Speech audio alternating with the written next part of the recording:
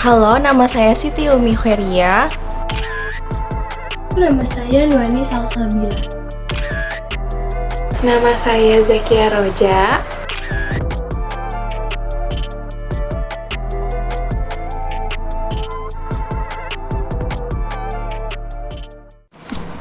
Assalamualaikum warahmatullahi wabarakatuh. Yang terhormat Bapak Dr. Asep Suryana, Estos MSI, selaku dosen pengampu mata kuliah nalar kritis dan retorika, dan juga kepada teman-teman sekalian yang kami banggakan.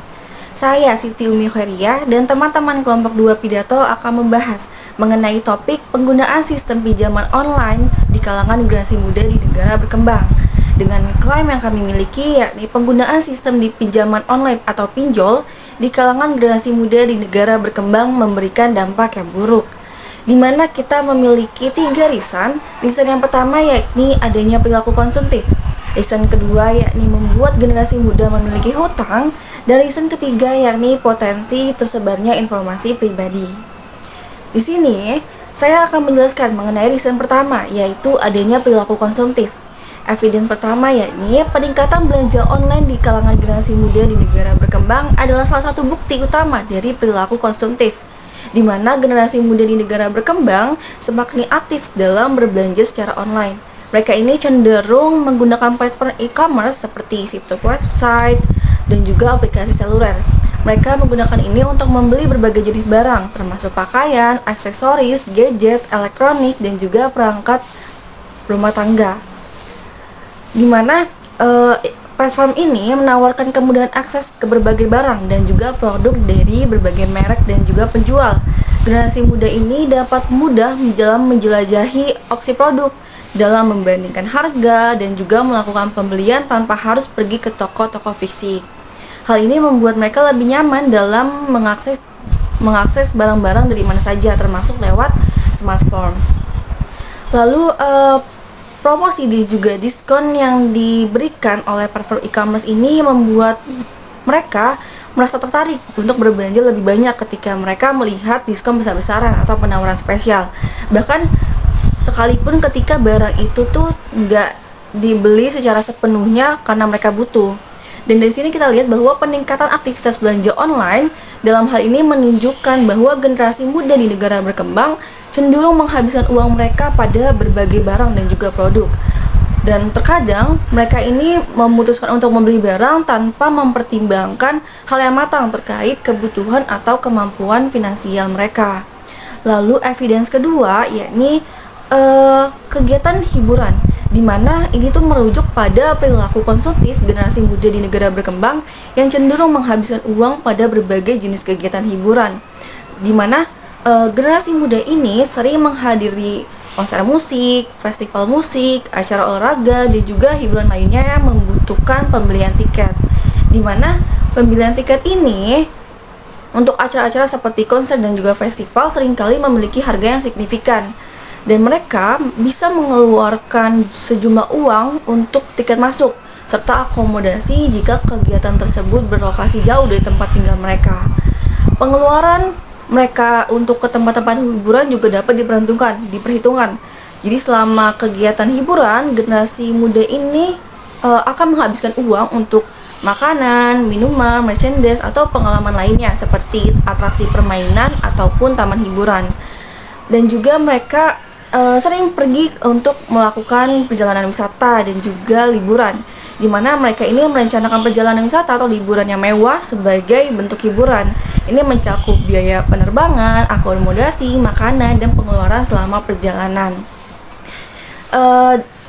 Dan juga mereka melakukan ini seringkali dalam upaya untuk mengikuti tren dan juga gaya hidup yang instagramable atau kekinian. Generasi muda ini mungkin merasa perlu untuk terlibat dalam sejumlah aktivitas hiburan yang mahal atau bergengsi. Dan ini juga tidak lepas dari pengaruh media sosial yang seringkali memperlihatkan gaya hidup yang mewah, termasuk perjalanan dan juga kegiatan hiburan, di mana generasi muda ini mendapatkan inspirasi dari sana untuk meniru gaya hidup yang ada di sosial media. Walaupun untuk mengikuti tren tersebut mereka itu mengeluarkan biaya yang cukup banyak. Dan dari poin ini, dari evidence poin kedua ini menunjukkan bahwa generasi muda di negara berkembang ini sering mengalokasikan uang mereka untuk kegiatan hiburan yang mungkin tidak terlalu masuk dalam kategori kebutuhan dasar, tapi ini mereka lakukan sebagai cara mereka untuk dalam menghabiskan uang mereka untuk pengalaman atau bahkan hiburan yang menyenangkan. Terkadang juga mereka melakukan ini itu tanpa pertimbangan yang matang terkait dengan anggaran pribadi dengan kemampuan finansial yang mereka miliki. Dan jika ini tidak dikelola dengan bijak, perilaku ini dapat menyebabkan beban finansial yang signifikan pada generasi muda, sehingga generasi muda ini untuk memenuhi kebutuhan tersebut, memenuhi keinginan tersebut, mereka akan terpaksa untuk melakukan pinjaman online. Lalu pada evidence ketiga, yakni pembelian barang-barang branded,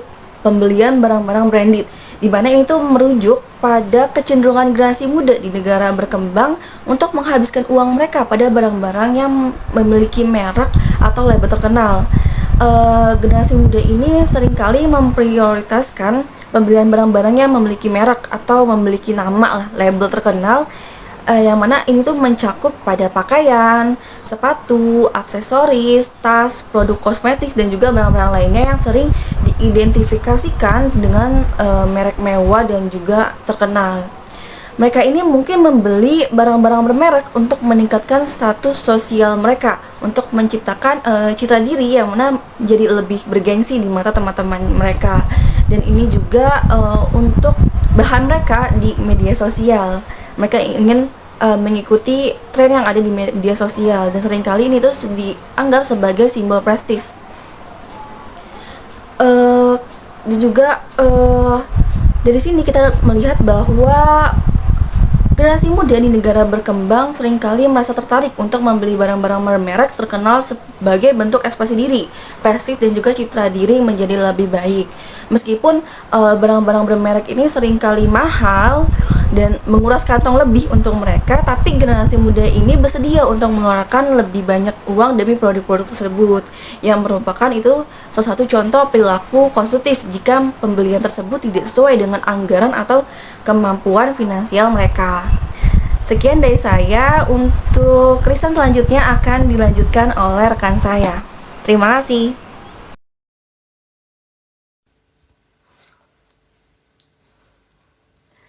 Selanjutnya, reason atau alasan kedua penggunaan sistem pinjaman online atau pinjol di kalangan generasi muda memberikan dampak yang buruk adalah karena hal ini akan menyebabkan generasi muda memiliki utang yang tinggi. Menurut data dari Otoritas Jasa Keuangan atau OJK menunjukkan nilai pinjol di Indonesia pada Juli 2023 mencapai 50,12 triliun.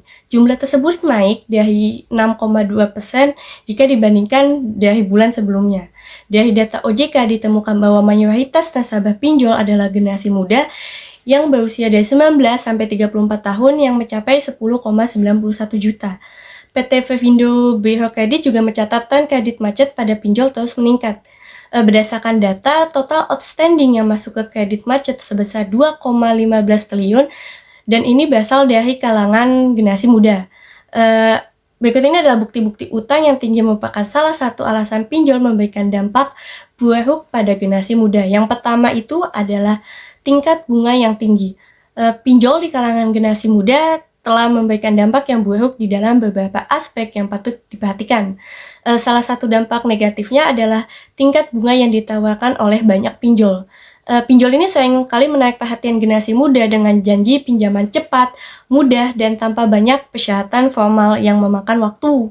Namun ketika mereka menerima pinjaman tersebut, generasi muda itu seringkali tidak menyadari betapa tingginya tingkat bunga yang harus mereka bayar. Bunga pinjol tertinggi di Indonesia itu ditetapkan oleh OJK dan tak boleh lebih dari 0,8% per hari. Tingkat bunga pinjol dapat mencapai ratusan bahkan ribuan persen per tahun. Jauh lebih tinggi ya dibandingkan dengan bunga yang ditawarkan oleh lembaga-lembaga keuangan formal seperti misalnya bank. Akibat dari tingginya bunga ini, generasi muda ini yang memanfaatkan pinjol dapat dengan cepat terjerat dalam utang yang semakin bertambah besar dan akhirnya sulit untuk dilunasi. Mereka mungkin harus membayar jumlah yang jauh lebih tinggi dibandingkan dengan yang mereka pinjam, dan ini tuh bisa menghambat menghambat kemampuan mereka untuk mengelola keuangan secara sehat. Selain itu juga tingkat bunga yang tinggi dapat menciptakan risiko besar terkait dengan peminjaman. Jika generasi muda yang tak mampu membayar pinjaman mereka dengan tepat waktu, utang mereka tuh akan semakin membesar karena bunganya juga semakin membesar kan. Selain itu juga generasi muda yang tidak dapat membayar utang, hal ini tuh bisa mempengaruhi catatan kredit mereka dan membuat mereka kesulitan mendapatkan pinjaman ataupun kredit untuk masa depan mereka. Yang kedua itu adalah siklus utang yang berkepanjangan. Pinjol di kalangan generasi muda telah memberikan dampak yang buruk yang mencakup siklus utang yang berkepanjangan. Meskipun pinjol seringkali menawarkan kemudahan dalam mendapatkan pinjaman, terutama bagi generasi muda yang misalnya sedang membutuhkan dana dengan cepat-cepatnya, dampak negatifnya seringkali muncul dalam bentuk utang yang sulit untuk diselesaikan. Generasi muda yang menggunakan pinjol mungkin seringkali menemui dirinya mereka akan terjerat dalam spiral utang yang terus berlanjut. Awalnya itu kayak misalnya pinjaman pinjol mungkin tampak sebagai solusi yang praktis untuk memenuhi kebutuhan finansial mereka dengan cepat. Tetapi tingkat bunga yang tinggi dan persyaratan pembayaran yang ketat seringkali membuat pinjaman tersebut sulit untuk dilunasi dalam waktu yang singkat. Ketika jatuh tempo tiba, generasi muda seringkali menemukan diri mereka harus meminjam lagi atau membayar sebagian utang mereka dengan cara meminjam dari pinjol-pinjol lainnya. Hal ini tuh akan menciptakan siklus utang yang berkepanjangan di mana mereka terus-menerus terlilit oleh utang yang semakin membesar. Siklus utang yang berkepanjangan ini dapat sangat merugikan bagi generasi muda. Hal ini tuh mereka mungkin mengalami tekanan finansial yang konstan dan stres akibat kesulitan untuk memenuhi kewajiban pembayaran. Selain itu, mereka mungkin tidak dapat menyisihkan uang untuk tujuan jangka panjang seperti menabung untuk pendidikan, investasi, atau dana darurat untuk kesehatan atau lain-lainnya. Yang ketiga itu gangguan pada stabilitas keuangan dan kesejahteraan mental. Meskipun pinjol mungkin terlihat sebagai solusi ya tadi untuk menarik perhatian mendapatkan dana dengan cepat, dampak negatifnya bisa sangat merugikan. Yang pertama-tama itu ketika generasi muda menggunakan pinjol, mereka mungkin tidak sepenuhnya memahami konsekuensi finansial dari pinjaman tersebut. Tingkat bunga yang tinggi yang sering ditetapkan oleh pinjol dapat membuat cicilan bulanan mereka jauh lebih tinggi daripada pinjaman mereka. Ini bisa mengakibatkan beban finansial yang berat, mengganggu kemampuan mereka untuk memenuhi kebutuhan sehari-hari, ataupun bahkan menyisihkan uang untuk tabungan dan investasi. Seiring waktu, pinjaman pinjol ini dapat mengakibatkan kerentanan finansial yang lebih besar dan mengancam stabilitas keuangan jangka panjang bagi generasi muda. Selain itu juga terjerat dalam utang yang berasal dari pinjol dapat menyebabkan stres dan kecemasan yang signifikan, yang pada akhirnya dapat mengganggu kesejahteraan mental generasi muda. Mereka mungkin merasa tertekan karena harus menghadapi tekanan untuk membayar utang yang semakin membesar. Stres finansial ini biasanya bisa berdampak pada hubungan sosial, kesehatan fisik, dan juga kesejahteraan secara keseluruhan. Sebagai hasilnya, banyak generasi muda yang menggunakan pinjol akan merasakan peningkatan risiko masalah kesehatan mental seperti depresi maupun kecemasan. Selain itu juga ketika terjadi dalam siklus utang yang berkepanjangan, generasi muda mungkin merasa terjebak dan tidak bisa memiliki kendali atas situasi keuangan mereka. Hal ini tuh bisa menyebabkan perasaan putus asa dan hilangnya harapan yang pada akhirnya dapat juga mempengaruhi kesejahteraan mental tersebut. Seperti yang diketahui bersama ya, bahwa pada saat ini sudah banyak bermunculan berita-berita di media yang membahas tentang kasus bunuh diri di kalangan generasi muda yang disebabkan karena tidak bisanya membayar utang-utang mereka yang semakin membesar. Jadi, oleh karena ketiga bukti itulah, penggunaan sistem pinjaman online atau pinjol di kalangan generasi muda memberikan dampak yang buruk karena akan menimbulkan generasi muda yang memiliki utang yang tinggi. Selanjutnya, saya akan menjelaskan tentang reason kami yang ketiga, tentang potensi tersebarnya informasi pribadi atau data pribadi kita karena pinjaman online. Nah, seperti yang kita ketahui, dalam beberapa tahun terakhir, fenomena pinjaman online atau yang biasa kita kenal dengan pinjol, ini menjadi bagian yang tak terpisahkan dalam kehidupan masyarakat saat ini. Jadi saat ini banyak lembaga-lembaga yang membuka layanan jasa pinjaman online. Nah, layanan pinjaman online ini memudahkan masyarakat untuk mendapatkan uang secara cepat dan mudah tanpa melalui proses yang ribet atau sulit. Nah, jadi para masyarakat ini dapat memperoleh uang dengan cuma-cuma, nggak cuma-cuma sih, pasti kan kalau kita melakukan pinjaman online ada syarat-syarat tertentunya. Nah, syarat-syarat tertentunya ini biasanya berupa si yang meminjamkan uang ini minta syarat kita berupa foto KTP, KK, atau foto kita. Nah, itu semua kan termasuk data pribadi kita ya, yang mana data pribadi ini merupakan aset yang paling berharga yang berisi tentang informasi sensitif tentang identitas kita dan privasi kita. Nah, namun siapa sangka di balik pinjaman online ini terdapat kasus tersebarnya informasi data pribadi kita. Nah, kenapa kasus ini bisa terjadi atau fenomena tersebarnya informasi data pribadi kita ini bisa tersebar? Kenapa hal itu bisa terjadi? Jadi, ketika kita meminjam pinjaman online kan biasanya ada syarat yang seperti saya bilang tadi. Nah, jika misalnya kita sudah mengirimkan syarat tersebut, nah si yang meminjamkan uang ini pasti akan mengasih uangnya ke peminjam uang. Namun setelah waktu yang telah ditentukan atau tempo yang sudah ditentukan, si peminjam kan pasti harus mengembalikan uangnya itu. Nah, jika si peminjam uang tersebut nggak mengembalikan uangnya itu dalam tempo yang sudah ditentukan atau dalam tempo yang udah ditentuin, tapi si peminjam ini belum membayarkan atau mengembalikan uangnya. Nah, biasanya yang meminjamkan uang ini menempuh berbagai cara agar si peminjam uang ini mau mengembalikan atau membayar hutangnya. Salah satu caranya dengan menyebarkan data informasi pribadi si peminjamnya. Nah, mungkin cara tersebut dilakukan agar si peminjam ini mau mengembalikan uangnya secara cepat karena udah jatuh tempo nih. Nah, karena si yang meminjamkan ini udah nggak sabar, akhirnya disebarlah informasi atau data pribadi yang tadi sudah kita serahkan kepada mereka di awal saat kita mau melakukan peminjaman online.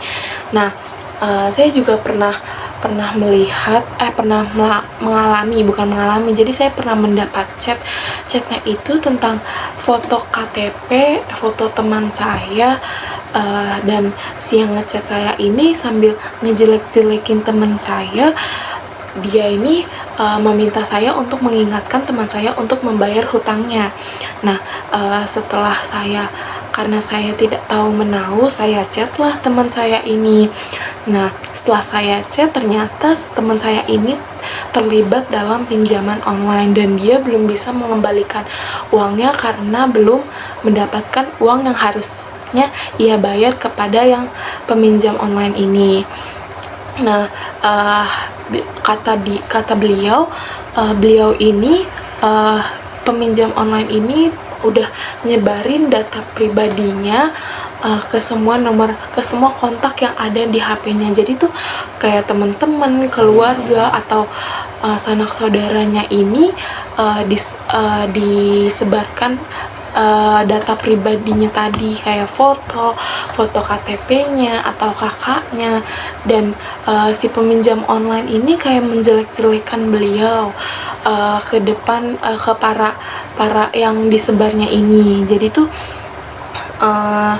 kayak pencemaran nama baik lah gitu ya. Jadi pokoknya dalam pinjaman online ini kita harus hati-hati, sebab kita nggak tahu ya apakah pinjaman online ini aman atau tidak. Intinya kalau kita mau melakukan pinjaman online, kita cek terlebih dahulu apakah pinjaman online ini terdaftar di OJK atau Otoritas Jasa Keuangan. Dan satu sih, intinya kalau kita minjam dan kita mau minjam tuh kita harus bayar atau kita harus mengembalikan sesuai apa yang sudah kita bikin perjanjian di awal untuk membayarnya di waktu yang sudah kita tetapkan. Terima kasih, sekian penjelasan dari saya.